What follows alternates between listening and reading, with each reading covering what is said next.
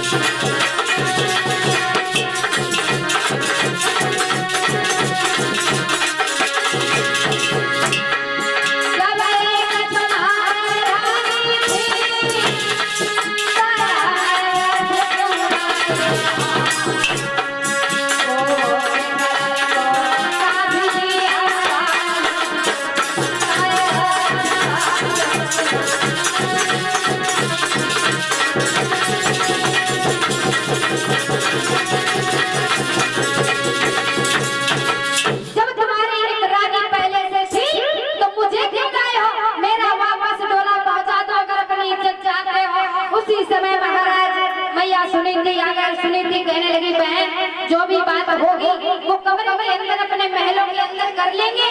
जरूरी है कि यहीं पे करें, जरूरी है कि गांव और महलों को नगर वासियों को दिखाएं?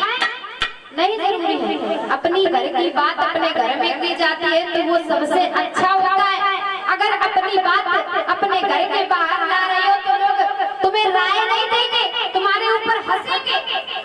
रास्ता तो कोई नहीं देता है लेकिन हंसने वाले जाने कितने आ जाते हैं। इसलिए अपनी बात को अपने घर में रख कर सुलझाओ तो वो बात सुलझ जाती है। अगर समाज में लाए तो वो बात कहने वाले चार और होंगे, चार और होंगे, वो बात बिगड़ जाती है।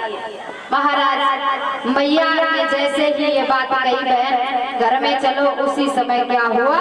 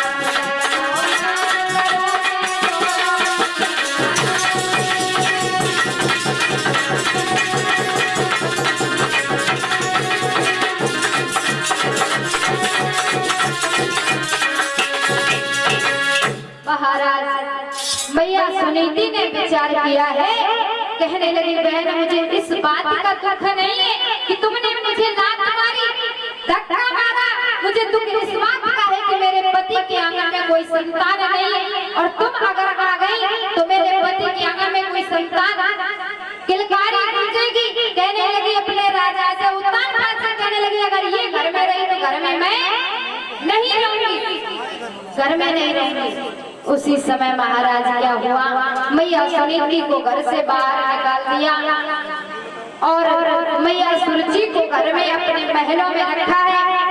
सुनीति को रख दिया कहाँ, नगर के बाहर एक झोपड़ी में रख दिया महाराज। मैया वहीं रहने लगी, वही अपना समय व्यतीत कर रही है। एक दिन की बात है, एक दिन की बात है।